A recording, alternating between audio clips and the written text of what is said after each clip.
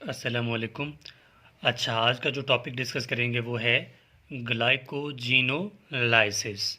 Glycogenolysis का मतलब है कि जो ग्लाइकोजन स्टोर ग्लूकोज के फॉर्म में, जो आपको पता है ग्लाइकोजन क्या होता है ना, स्टोर्ड फॉर्म ऑफ ग्लूकोज को हम लोग क्या बोलते हैं, ग्लाइकोजन। ये ग्लाइकोजन की तोड़ फोड़ को हम लोग बोलते हैं ग्लाइकोजीनोलाइसिस।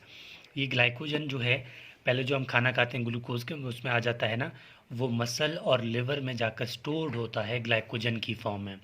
जब हम फास्टिंग कंडीशन में होते हैं, जब हमें खाना नहीं मिलता, तब क्या होता है कि ये ग्लाइकोजन जो है वो टूट जाता है और हमें एनर्जी मिलती है। तो ये प्रोसेस जो है वो किस तरह होता है, ठीक है, तो इसी रिएक्शंस को आज ओवरऑल इंशाल्लाह यहाँ पर डिस्कस करेंगे। देखिए, ग्लाइकोजीनोलाइसिस, ये इसकी डेफिनेशन जो है तो वो है सबसे पहले कि ब्रेक डाउन ऑफ ग्लाइकोजन।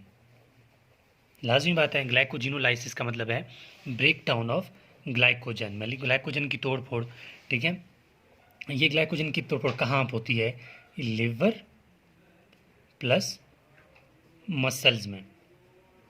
ठीक है, लिवर प्लस मसल्स में ये ग्लाइकोजन की तोड़ फोड़ होती है। ठीक है, यहाँ पे कह सकते हैं कि ग्लाइकोजीनोलाइसिस होती है। ठीक है, अच्छा, अब ये ग्लाइकोजिनोलाइसिस की किस फॉर्म में होता है, कैसे होता है, अब वो सारे रिएक्शंस हैं। ठीक है, सबसे पहले तो ग्लाइकोजन है। ठीक है, ग्लाइकोजन, ये ग्लाइकोजन 18 कार्बन कंपाउंड होता है। ठीक है, 18 कार्बन कंपाउंड ग्लाइकोजन सबसे पहले 18 कार्बन कंपाउंड है, इस पे ये कन्वर्ट हो जाएगा। ठीक है, इस पे एक एंजाइम एक्ट करेगा और ये कन्वर्ट हो जाएगा दो चीज़ों में। सबसे पहली बात है कि सबसे पहले कन्वर्ट हो जाएगा ये ग्लूकोज 1 फॉस्फेट में। ठीक है, कन्वर्ट हो जाएगा ग्लूकोज 1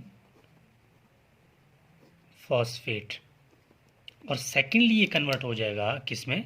ठीक है, ग्लूकोज 1 फॉस्फेट में, और सेकेंडली ये कन्वर्ट हो जाएगा मतलब ये है ना कि ग्लाइकोजन से 18 कार्बन से ग्लाइकोजन ग्लूकोज 1 फॉस्फेट निकल जाता है ना, बाकी जितना भी रिमेनिंग चीज़ बचता है ना, उसको बोलते हैं लिमिट डेक्स्ट्रिन।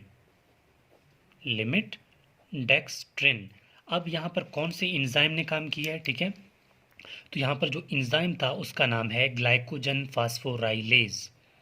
ग्लाइकोजन फास्फोराइलेज, फास्फोराइलेज बहुत इंपॉर्टेंट एंजाइम है। ठीक है, ग्लाइकोजन फास्फोराइलेज एंजाइम ने एक्ट किया और दो चीज़ों में कन्वर्ट कर दिया। पहला क्या है? Glucose 1 phosphate, second limit dextrin. Limit dextrin की कंडीशन इस तरह है। ठीक है, लिमिट डेक्स्ट्रिन की कंडीशन इस तरह है कि यहाँ पर ये मेन चेन ऑफ ग्लाइकोजन है। ठीक है, और यहाँ पर 4 रेजिड्यू ग्लूकोज के बच जाते हैं। ठीक है, 4 रेजिड्यू ऑफ ग्लूकोज के बच जाते हैं। ठीक है, अब ये तो हो गया स्टेप 1। ठीक है, ये हो गया स्टेप 1। अब स्टेप 2 में क्या होगा? ठीक है, स्टेप 2 में ये होगा कि यहाँ पर ये जो 4, मतलब ये जो मेन चेन ऑफ ग्लूकोज है, ग्लाइकोजन है, अब यहाँ पर 4 रेजिड्यू बच गए, बाकी जो है टूट चुका था। अब इसको, इसी का नाम क्या है? लिमिट डेक्स्ट्रिन है। अब इस लिमिट डेक्स्ट्रिन पे एक्ट करेंगे क्या? कुछ डी ब्रांचिंग एंजाइम, क्योंकि ये ब्रांचिंग की फॉर्म में है ना, तो हम लिखेंगे नाउ। अब क्या होगा? De branching enzyme will acts, de branching enzymes will acts on, कहाँ पे? लिमिट डेक्स्ट्रिन पे, acts on लिमिट डेक्स्ट्रिन। ठीक है, लिमिट डेक्स्ट्रिन पे एक्ट करेंगे एंड ब्रेक्स, क्या करेंगे? Breaks only 3 residue. ठीक है, 3 रेजिड्यू ऑफ ग्लूकोज। ठीक है, इस चीज़ को बहुत अच्छे से देखना है।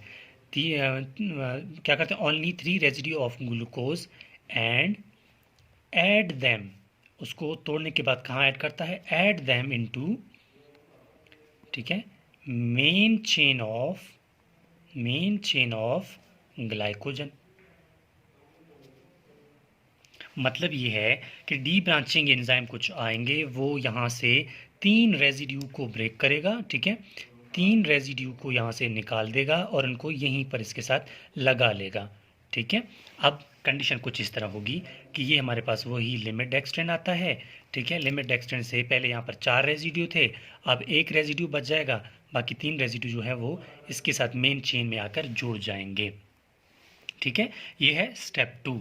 स्टेप 1 पे हमने देख लिया था कि कैसे हुआ था, ये स्टेप 2 है। ठीक है, स्टेप 2 में आपको समझ आ गया होगा। अब बात करते हैं स्टेप 3 की। स्टेप 3 में क्या होता है? ठीक है, अच्छा, स्टेप 3 में ये होगा कि ये ग्लूकोज जो है ना, ये ग्लूकोज ये निकल जाएगा फ्रीली। ठीक है, तो मैं लिख देता हूँ स्टेप 3 में ये जो ग्लूकोज है ना, ये फ्री निकल जाएगा खुद ही। ठीक है, फ्रीली निकल जाएगा, तो मैं लिख देता हूँ ग्लूकोज।